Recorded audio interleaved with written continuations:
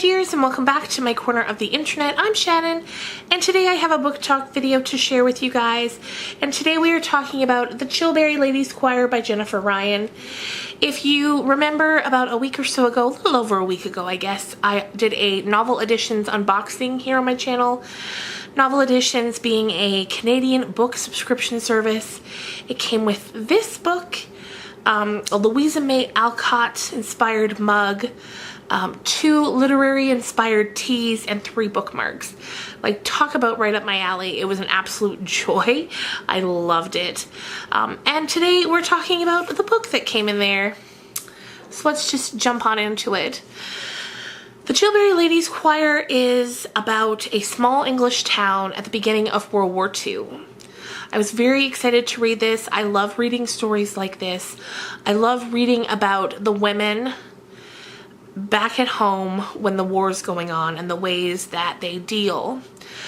One book that I loved about that topic is called The Nightingale, and it's absolutely amazing. And if you love stories about these sorts of things as well, I 100% recommend The Nightingale. So good. That being said, The Chilbury Ladies Choir is a lovely book. It's light and fluffy and very, very sweet. And while I enjoyed it because of all of those things, I had kind of been hoping for a little bit more depth, a little bit more grit to it. And it did not deliver on that front. But it's a charming, very lovely story. So the book is told entirely through correspondence, whether that's friends writing letters to one another, whether that's excerpts from people's diaries. Having it told like that instead of just told, I don't love. But I don't hate either. I've read other books that were written like that. Recently I read a really good one that was written like that. So I'll give you a little rundown of the characters that we're dealing with here. The story starts off and there are 2 pregnant women in town. One is this young girl named Hattie, and her husband is away at war. The other one is the wife of a absolute tyrant, and they have 2 other daughters, and the 2 other daughters are sort of main characters in this book as well.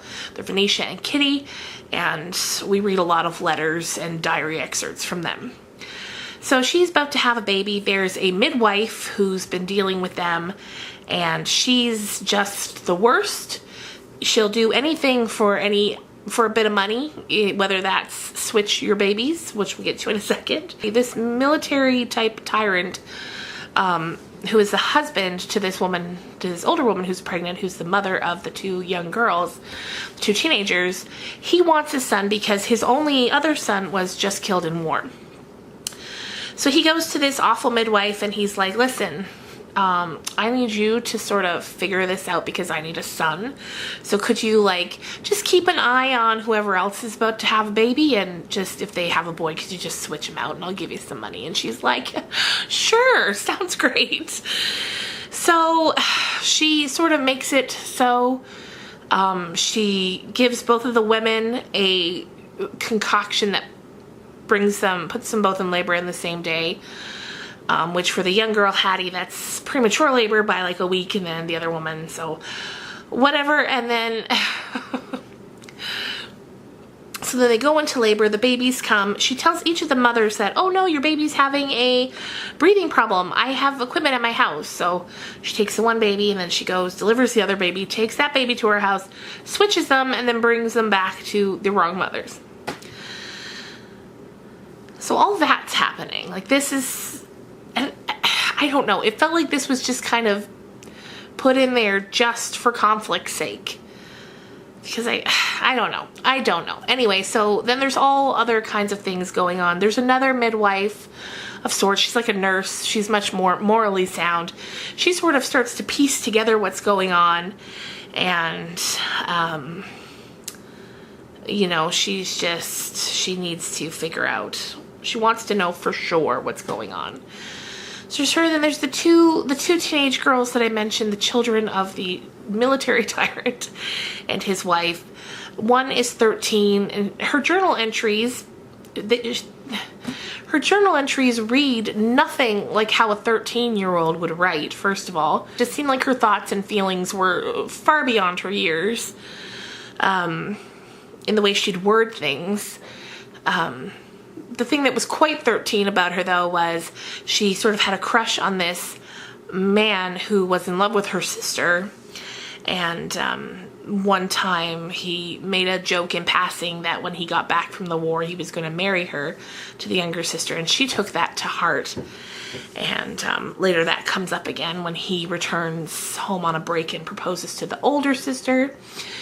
Meanwhile, this older sister, she's also taken up with this artist who turns out to have this whole sordid backstory. And I don't know, there was just a lot of dramatic things going on that I didn't really care about. I don't know. None of the dramatic things that were happening had anything to do with the war, or very little to do with it. So because of that, there was a disconnect between me and the characters. I didn't care about them as much as I wanted to.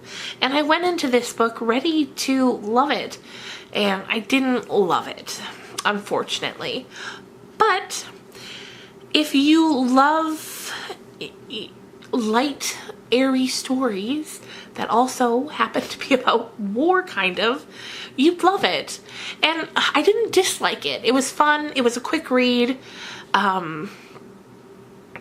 It was wonderfully written. Like, there's nothing wrong with the writing. She's a good writer. I would read another book that she had wrote. It was just the story I couldn't entirely get behind. No matter how much I wanted to, because it seemed a bit over the place and a bit unnecessary. And it's like, really? All this drama is happening in a tiny English village. Really? I don't know. I guess that's the biggest thing. The best way for me to word it is it was unbelievable, and not in a good way. It just kind of lost me. Like, the more dramatic it snowballed, the less I cared. I'll say that. So, and I hate to say that. I wanted to love it. But I didn't. That's not to say you wouldn't love it, you know. So I'm not going to get into too many spoilers because there was honestly so many things happening. We'd be here all day. And I just don't feel like any of us would get any payoff if I did that. Yeah, I like my stories a little grittier, a little more realistic, and yeah, this missed the mark for me. But like I said, Jennifer Ryan did a great job writing the book. It's not poorly written by any stretch of the imagination. It's just that the story just did not do it for me personally. Have you read this book? If you have, I would love to know your thoughts about it. And again, I think more than anything, if you read it and you loved it and you're like, girl, what are you talking about? It's just a difference in opinion on what I look for in a story versus what other people might. And if you've been around my channel for any length of time, you know I like the stories dark. So yeah, thanks so much for watching this, you guys. I hope you enjoyed. I wish I had more glowing praise to sing on this book, but you know, not everyone's gonna be your favorite book. Before I go, I want to do a quick shout out, and today's shout out goes to my dear friend Kimberly Cochran. Today I went out, I checked the mail, and in the mailbox was a beautiful Easter card from her. Kim, thank you so much. You absolutely brightened my day. I'm gonna take myself to Starbucks in the next couple of days and treat myself. So thank you so much for the Starbucks card and the Easter card and just your kind words in general. Your friendship means the world to me. That's gonna do it for today, you guys. I hope you enjoyed, and I will see you tomorrow. Bye.